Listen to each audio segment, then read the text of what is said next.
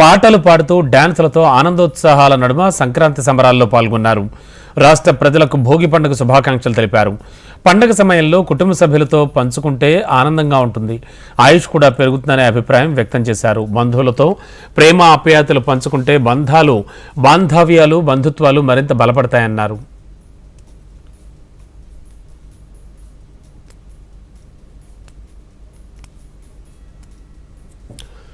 పుస్తకాల్లో చదువుకుని జ్ఞానం సంపాదించడం కంటే ప్రత్యక్షంగా సమాజంలో చూసే నేర్చుకోవడం అనేది ఎంతో సులభం అన్నారు. వైఎస్ఆర్ కాంగ్రెస్ హయాంలో 5 ఏళ్లలో సంక్రాంతి పండుగ వాతావరణం అంటే కళకళలాడేవి, వ్యాపారాలు బాగుండేవన్నారు. కూటమి ప్రభుత్వంలో సూపర్ 6 హామీలు గాలి కొదిలేశారని విమర్శించారు.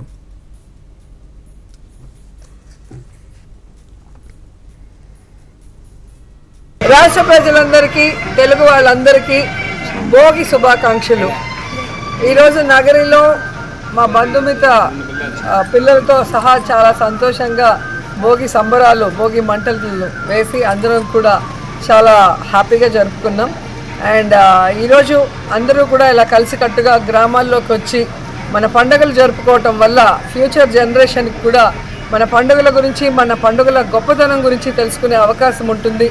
అలాగే వాళ్ళకి బంధువులందరూ పరిచయం అయ్యే అవకాశం ఉంటుంది, ప్రేమలు అభిమానాలు షేర్ చేసుకునే అవకాశం ఉంటుంది. కాబట్టి అందరికీ కూడా ఒక మంచి ఆరోగ్యకరమైన వాతావరణం పల్లెటూరులో ఉండటం వల్ల అందరూ కూడా పండుగలు మీ గ్రామాలకు వెళ్ళండి, హ్యాపీగా జరుపుకొని ప్రతి ఒక్కరిని కోరుకుంటున్నాను. కానీ రాష్ట్ర ప్రజలు మాత్రం ఈరోజు బాధతో ఉండటం కళ్ళారా చూస్తున్నాం.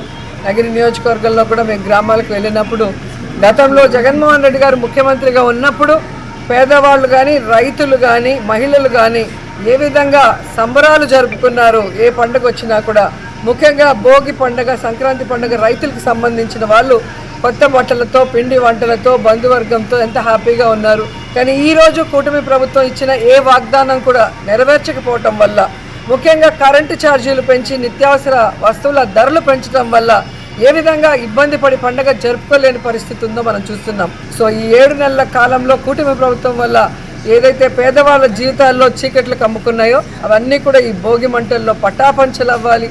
మళ్ళీ అందరికీ మంచి రోజులు వచ్చి రాష్ట్రంలో ప్రజలందరూ హ్యాపీగా ఉండాలని మనస్ఫూర్తిగా కోరుకుంటున్నాను.